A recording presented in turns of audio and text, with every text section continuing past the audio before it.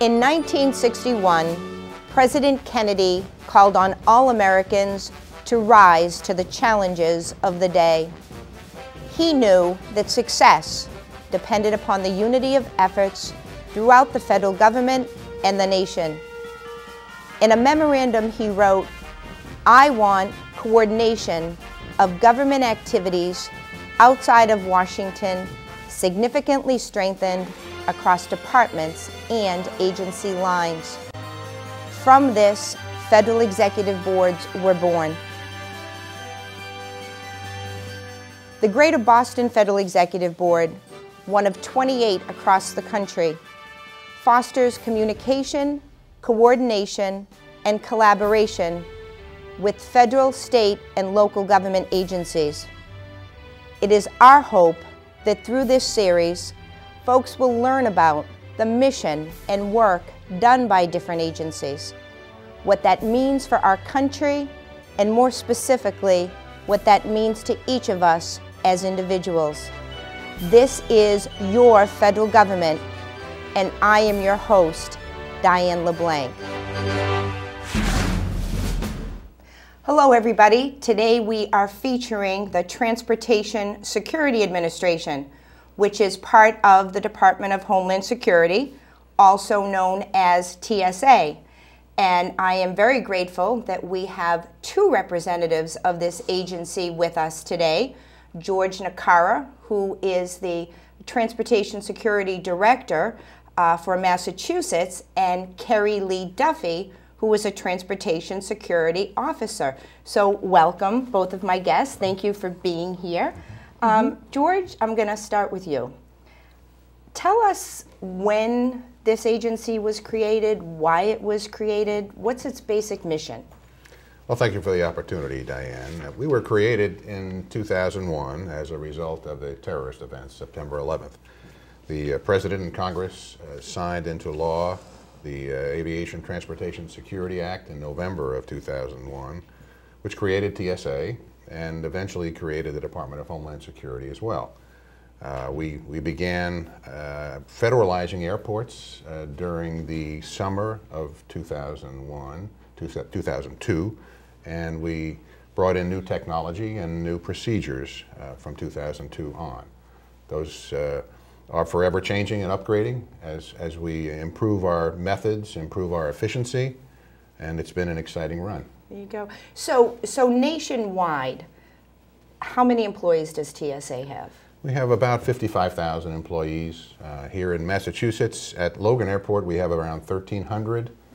Okay. We have, of course, Logan Airport is our primary hub airport in the state, and we have 7 other spoke airports from the Cape and Islands through Worcester, Westover, and Bedford airports. Wow. So now when I first met you, you were the Admiral in the 1st Coast Guard District. And are you the first Transportation Security Director for Massachusetts? I am, Diane. I'm the first Federal Security Director. I came on board in June of 2002, just as I retired from the Coast Guard. And we've had about 454 federalized airports nationwide. We've had about 150 federal security directors around the country. And as I say, it's been a challenging environment ever since. There you go. What's a typical day like? Well, we'll begin at about 6:25 each morning at the airport, and we have meetings each day. In fact, that's a good point to bring up, in that we have a very unique situation here in Massachusetts at Logan Airport, in that we have a daily 8:30 meeting. And it is the only airport in the country that has such a meeting, which brings all of the important entities having to do with security together. The airport leadership sponsors the meeting. We have ICE folks, we have Border Protection people, we have state police, we have FBI, Joint Terrorism Task Force, and all of the carriers have representation at that meeting as well. And it's interesting in that we bring all of the critical people together who have a focus on security, and we talk about events of the previous day, and then we talk about anything that may be out of the ordinary for the next day as well, Diane. And that is so important. The agency created after the terrorist attack September 11th, and certainly that, probably more than any other incident in our nation's history, just highlighted how important it is for the different federal entities to be communicating with each other, and not just federal government. We need to be communicating with each other at all levels of government. So I appreciate you raising that. Now, Kerrelee, you're with us. Tell us, how'd you come to work for George Naccara? Well, I've been with TSA since 2006 in July. I started off in San Diego International Airport. I transferred to Logan in 2009 of September. Okay. And what brought you to Boston?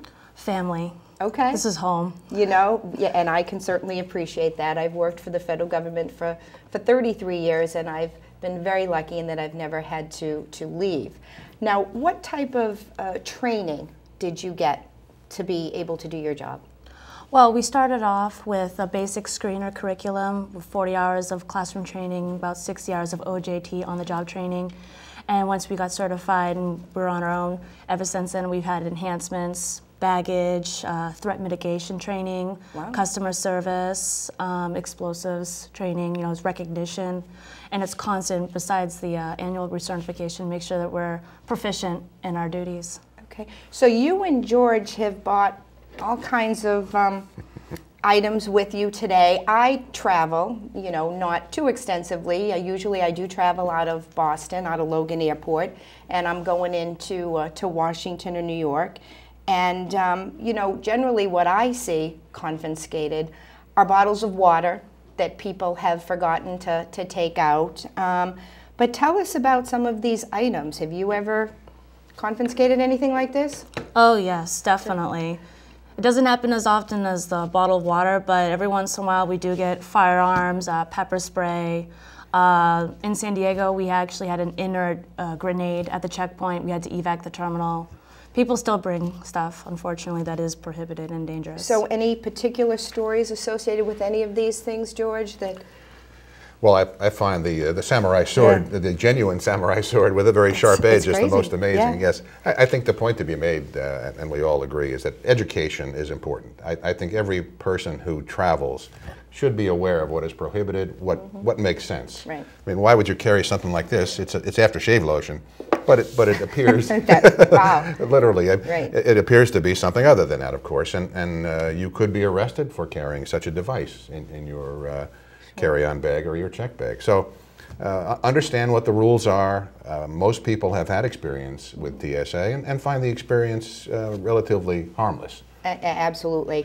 You know, I have noticed that since TSA was brought on board, you know, your methods and the process that you have to go through at the airport, it has changed. And, you know, people might think I just get used to one process and they're implementing something new. Why? Why is that? That's a great question, Diane. And the reason being, of course, is that the terrorists are looking for other ways to defeat our system. Right.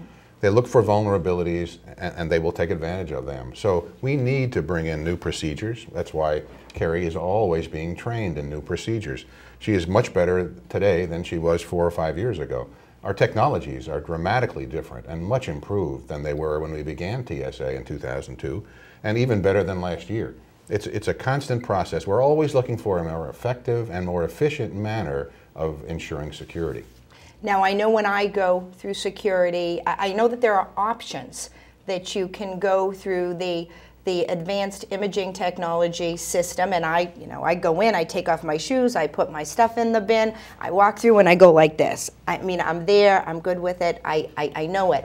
But I know some folks have concerns about that system for privacy reasons or for health-related reasons. Can you speak to that? Those issues have been addressed multiple times, but sometimes people still seem to overreact to the whole concept. And we've taken dramatic steps for ensuring privacy, certainly. We have a closed room where the images are being reviewed, and there is no communication to the passenger. We don't know what passenger that may be whose image we're reviewing. It's a very effective system. It's probably the best detection equipment that we have, the advanced imaging technology. In fact, we're about to begin rolling out some software upgrades, which will remove the privacy issue at all, in that on the machine itself you will see an outline of a human rather than the actual human image. And the outline will include an indicator for every anomaly on the person. And we can resolve it right there at the checkpoint, right on the machine itself. So what would trigger a pat-down? If you had an item that alarmed in the advanced imaging technology that we could not resolve, we may have to pat that down. For example, if I had a wristwatch on, the person in the room that views the image may not know what that is. So they'll communicate to the person at the machine, please, whatever the proper term might be, I can't repeat it, but they would have you patted down on the arm. Okay. That would be the general standard pat down.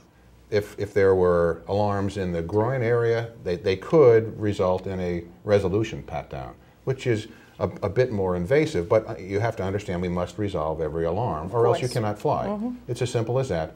And if you've experienced one of them, and it's a very, very small percentage of people that do, we explain step by step, I mean, Kerry could explain that to you as well, every step in advance of doing that type of pat down.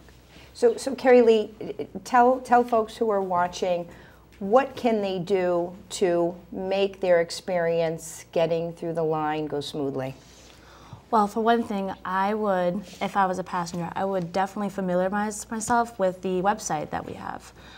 It has all the information provided, what's prohibited, how to best expedite the process through screening. If you don't have access to internet or a computer, be sure to arrive at the airport early enough to see our posted signage and ask officers on site. We are more than willing to help assist you through the security process. So when you approach the checkpoint, you want to have your boarding pass ready and your government-issued ID, which you'll show to the security officer right at the podium at the entrance to the checkpoint. After that, you can put those documents away. You'll approach the checkpoint. We have tables set up with bins where you can divest in preparation to go through screening. We'll ask you to take your shoes off and your outermost layer, coat, and if you have any laptops or electronic devices, those typically need to come out of your bags as well. So you can put those in the bins separately.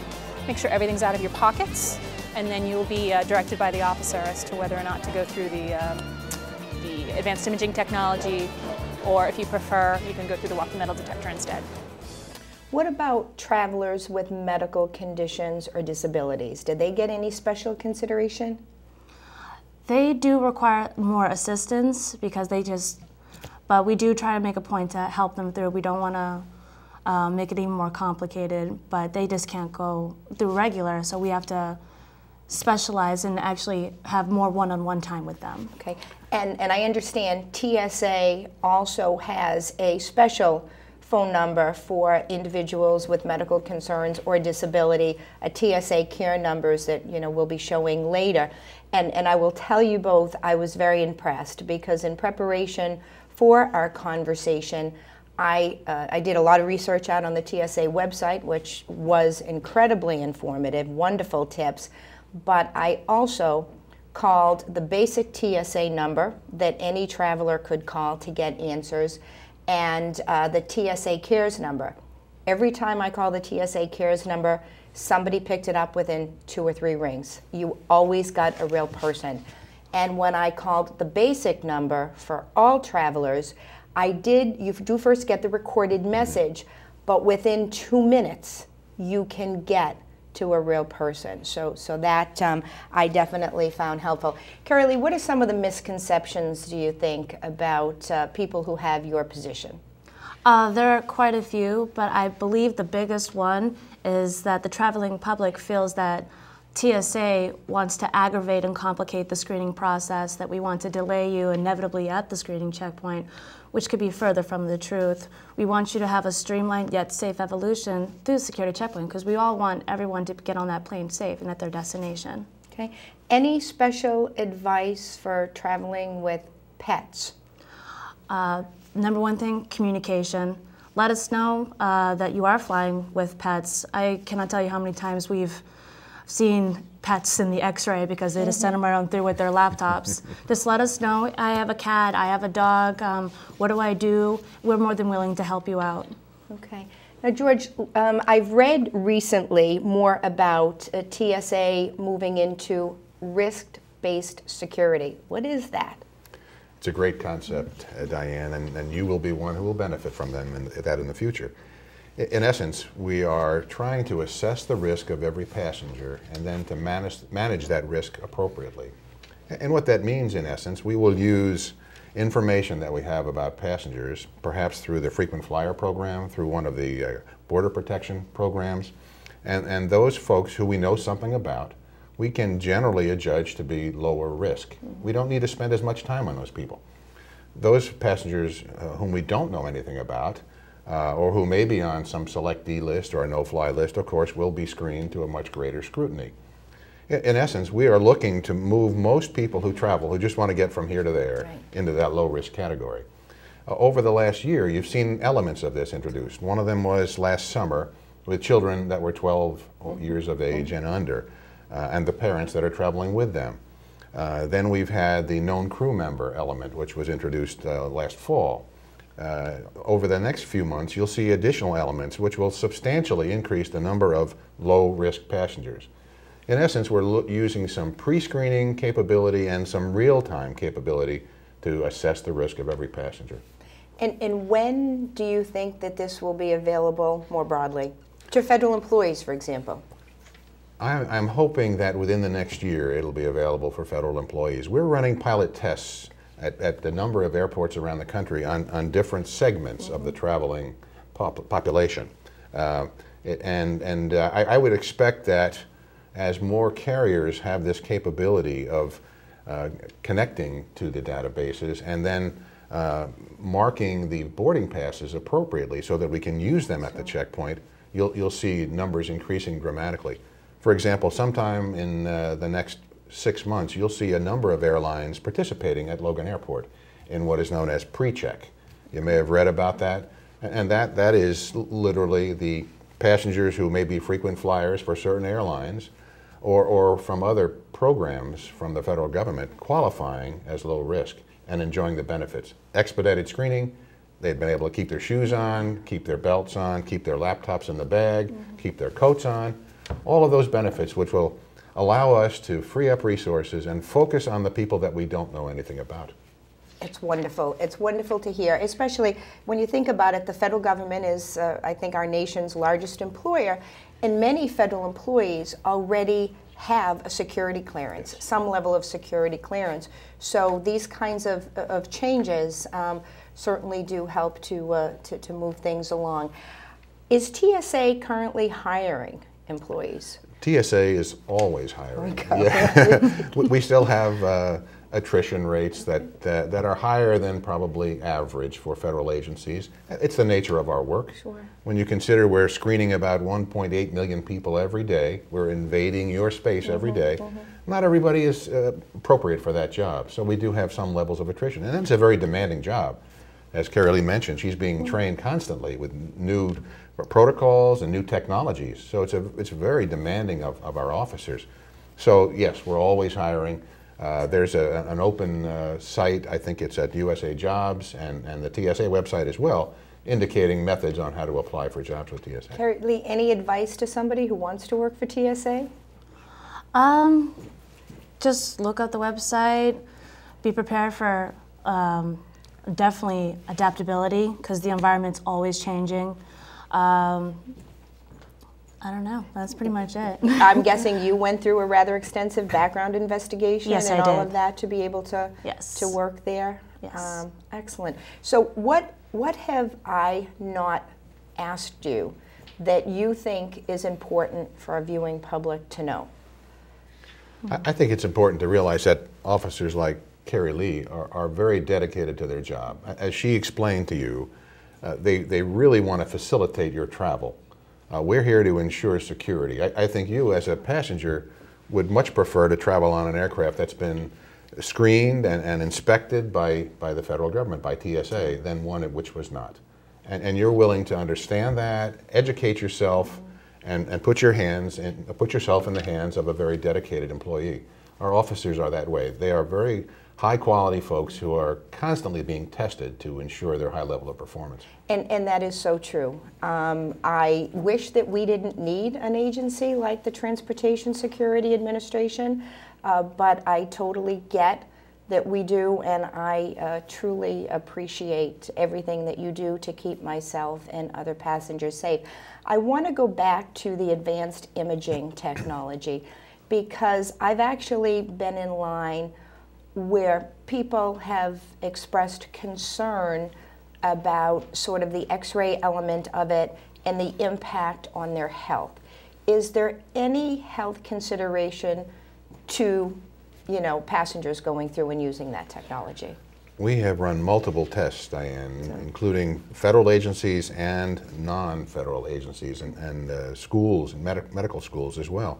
And what we have found is that there's such a small amount of ionizing radiation that it would require 47,000 X-rays through our machines in 1 year before you'd reach a threshold where it would be of some concern. Okay. Nevertheless, people are still worried about this. It's the privacy issue and it's the health issue. We have part of the machines out in the airports in this country are not using X-ray. They're using millimeter wave technology. Some of ours have the X-ray, but it's been proven repeatedly that it's such a low consequence that it does not have a health issue. And just a little bit more detail on the current system at Logan related to privacy. When you go through that unit, the officer that's there can't see you. It's an officer in another room? That's How does correct. that work? Okay. Yes, Diane. It's an officer literally in another room that's completely closed off from the checkpoint. So the officer who views the image from the advanced imaging technology machine cannot see the passenger. Similarly, the person who is standing with you at the machine cannot see the image. Okay. There is very minimal communication, and the issue is to resolve any anomalies that the person in the room sees.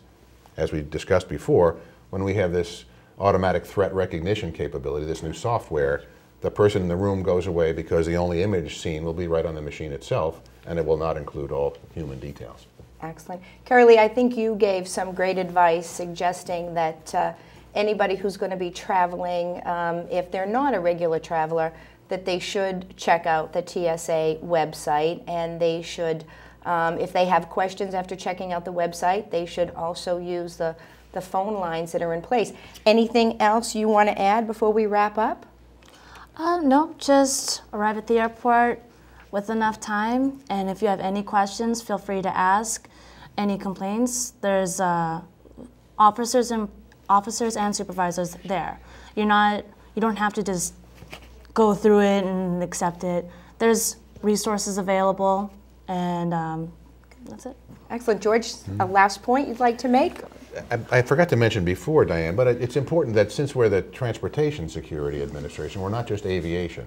And people in this area, in the Boston area in particular, but in other major cities as well, will see TSA people involved with mass transit and with commuter rail, and sometimes with ferry operations, because we have some elements of security there. It's on a random, infrequent basis, but nevertheless, we work with the MBTA here, we work with Amtrak here, and we work with the ferries, including the Cape and Islands ferries.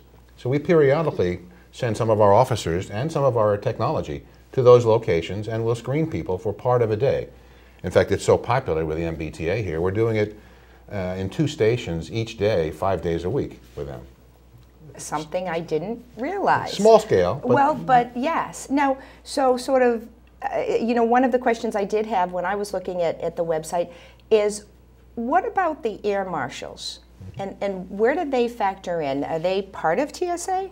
Yes, they're part of TSA. There have been periods in our history where they were separate. They went to another agency, but they've been part of TSA now for the last 6 years and firmly part of our security process. And the Air Marshal Service dramatically has increased in size after 9/11, of course, and they are risk-based as well. So their decisions as to which flights they're on each day in different parts of the country and different parts of the world are driven by risk.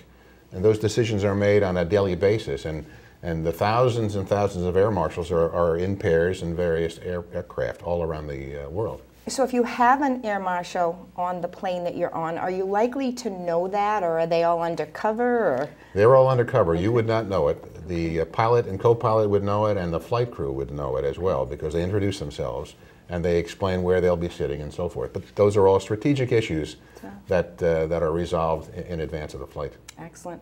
Well, thank you both for being with us, and I also want to thank our viewing audience. I hope that you found our program informative, that you learned something that you might not have known about the Transportation Security Administration, and that I hope you will continue to turn in the weeks and months ahead as we feature other federal agencies on your federal government. Thank you so much.